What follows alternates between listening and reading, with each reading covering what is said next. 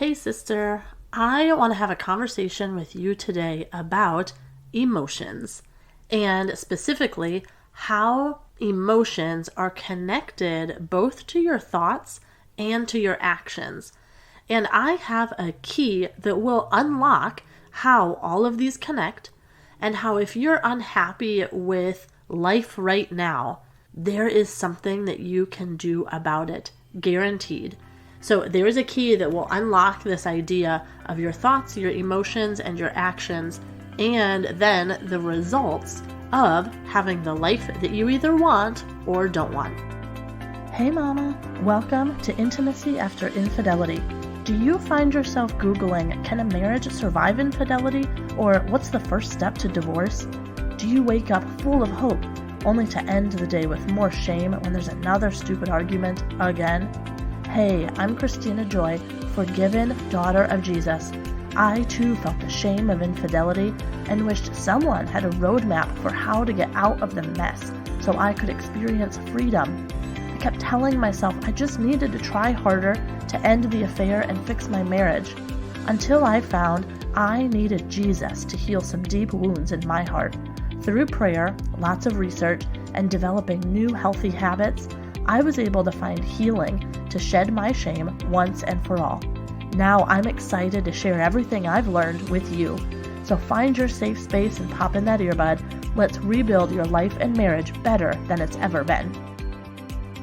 Hey, do you want to come hang out with a group of Jesus-loving married women just like you? Inside of the free Christian infidelity recovery community, you will get accountability, encouragement, and real-time advice for specific questions. This is the place to go for your community. It's a safe space. You can post anonymously, but you can have scripture-backed encouragement to help grow on your journey and to help grow your marriage closer together. So come join now. I'll have it linked in the show notes, but on facebook.com/groups/intimacy after infidelity, and I cannot wait to see you there. And speaking of community, I was so touched by a review that came in last week, and it says that this podcast was helpful and supportive. Christina, thank you so much for your honest transparency and helpful resources. I love the episode on spending 10 to 15 hours a week with your spouse connecting. That was so practical and actionable. Elizabeth, thank you so much for leaving that review. And if you have something that you want me to know, either that you're loving or something that could change, would you head to Apple Podcasts and leave me a review? That would be the biggest blessing, and I would appreciate it so much. Okay, let's dig in today. I remember when I finally woke up and realized my current life was not what I wanted. My mentors in business had told me, the results you have now are because of your past action. So you can't be upset at the results you don't have because of the work you didn't do. So I knew something needed to change in my life. I wanted to choose my results of my life and then find a way to get there. I wanted to live with more intention, to have a plan, to know where I was headed. So in my journey, I learned about the model as a self-coaching method, and I want to share that with you today because it is so powerful and something that you can do on a daily basis, even multiple times a day. Because you start with one specific circumstance. Now, let me tell you all of the things that you're going to need. If you want to go grab a piece of paper and a pen, you're going to jot these words down, and then I'll walk you through each of them with a couple examples. So you're going to start with a specific circumstance, and this is a fact. There is no emotion behind this. A fact of maybe a story that just happened. And if you're going to journal this, try to put it in one sentence. This specific thing just happened. Now, after you have a circumstance, an experience, then you also have a thought. What did you think about that thing that just happened? Now, here's the really cool part. immediately, within a millisecond of having a thought, your emotion will follow that. And when we get to this feeling about our thought, about this circumstance, we want to really be able to put one word to this. So what is the emotion word that you're feeling? Then, because of that emotion, what action did you take? Or what inaction did you have? Something that you didn't want to do. And then, what was the end result? So those words again: circumstance, thought, feeling, action, result. And here's a couple examples. So these would be something in the past, but you'll see as it plays out, you'll see the whole picture.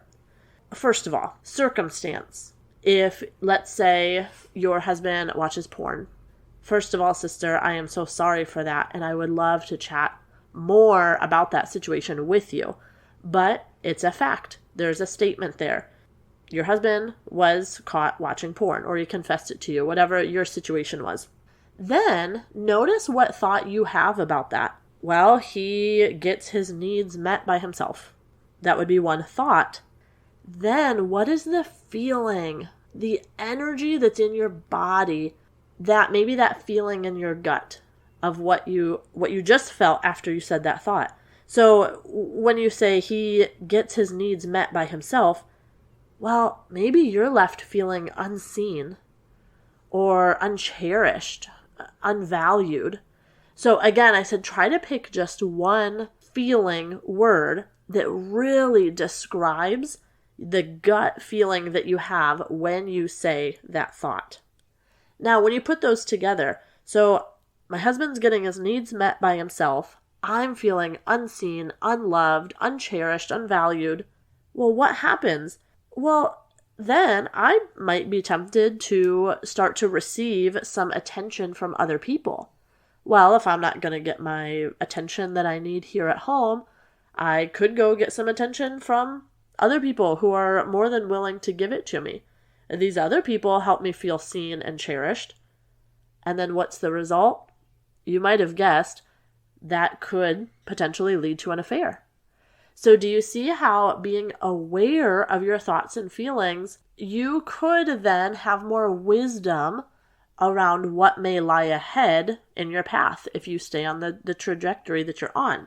Okay, here's another example. And this might be more of where you're at today. If you have recently left an affair, and that was the circumstance. It was in my past, now it's done, so I left an affair. What's the thought around that? If you're anything like me, some of my first thoughts were, how in the world could that have happened? How could I have done something like that? And all of those thoughts. Okay, but try to summarize into just one thought that you could write down on paper. Then the feeling after that, if I said, how could I have done something like that? Well, the feeling inside of that is shame. Oh, I'm disgusted. That's another one. Maybe I'm disgusted with myself. But what happens then if you're specifically living in that feeling of shame?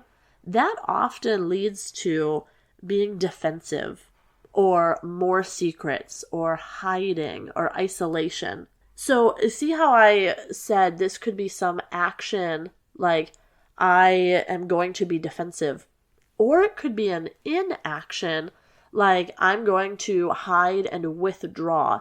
I'm not going to offer myself or be available for connection anymore. Well, what's the result then?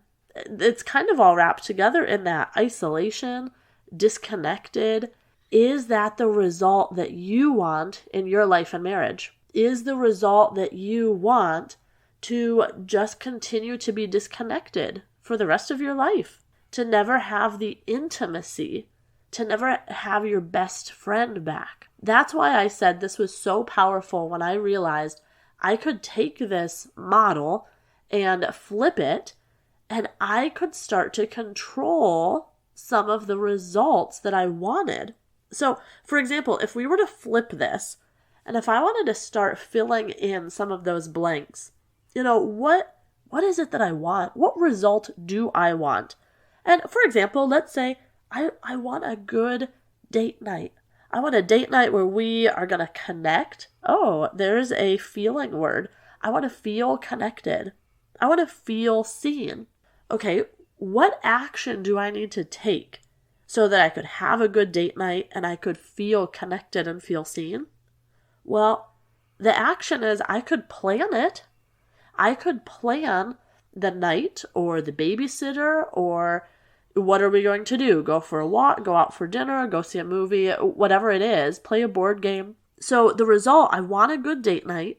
The action, I could plan something for that. And when I plan it, I want to feel connected. I want to feel seen and loved. What thought is going to help me feel that way? Maybe I start thinking, how can I show him affection? How could I maybe relieve some stress that he had at work this week? Because I'll tell you what, if you want to feel connected and seen, you're not going to have thoughts of bitterness and anger and hatred and shame. You're not going to have room for those thoughts if you are trying to build this connection. So the key here as we wrap up is to ask yourself, what can I control? I am a huge believer that there are things you can control and there are things that you cannot. And you have to stay within your circle. So for example, you can control your words, your actions, your thoughts. You cannot control his words, his actions, his thoughts. So if you want to stay as a victim, woe is me, look at what he is doing or not doing, I'm stuck here, you will stay as a victim and you'll be stuck. There's nothing else that you can do. However, girlfriend, can I challenge you to flip that thinking and instead take a mindset of responsibility? You are responsible for your words and your actions and your thoughts. And in any given situation, maybe you were part of, only 5% of the conflict. Maybe on another day, you were 95% of the reason for that conflict. Whatever it is, own your stuff, whether it's the 5% or the 95%. Be willing to take responsibility for your stuff, and I guarantee you that will begin to change the dynamic in your marriage. So what I love to do with this model is to actually journal it. So I'll write those words on the side: circumstance, thought, feeling, action, result. I will write those on the side, and then I will fill in those blanks. What did happen?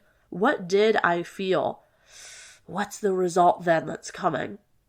Or, like I said, you can flip it. And if you want to begin feeling a different way, start asking yourself what thought you need to have. Or if you want a certain result, what actions are going to help you get there? What thoughts and feelings do you need to have to produce those actions to then produce those results? So I would love, love, love if you wanted to come share your thoughts around this in our Facebook group that I mentioned earlier. I would love to hear what is a circumstance that either you have experienced or maybe that you're in right now. And let's just practice talking through this together. It takes a little bit of time. It is hard to work through to fill in each of these blanks. So I would love to just continue the conversation with you. And if you are looking for a specific result, I'd love to chat with you about how we could get you there. So again, that Facebook group is linked in the show notes, or if you're on the computer, it's facebook.com/groups/intimacy after infidelity. I would love to connect with you and see how I could better serve you and support you and even pray for you as well. But I am cheering for you and I am praying for you, and I cannot wait to hear from you soon. God bless. Hey mama, I hope today's episode encouraged your heart. If you need to talk about this some more, would you send me a message at KristinaJoyCoaching.com? Also, please take 30 seconds and leave me a 5-star review on Apple Podcasts. It thrills my heart to know this podcast is helping you heal your heart so you can shed the shame of your affair. I am cheering for you, and I can't wait to hear your story. I'll meet you back here on Tuesdays and Thursdays for another episode. As always, be clothed with strength and dignity, and laugh without fear of the future.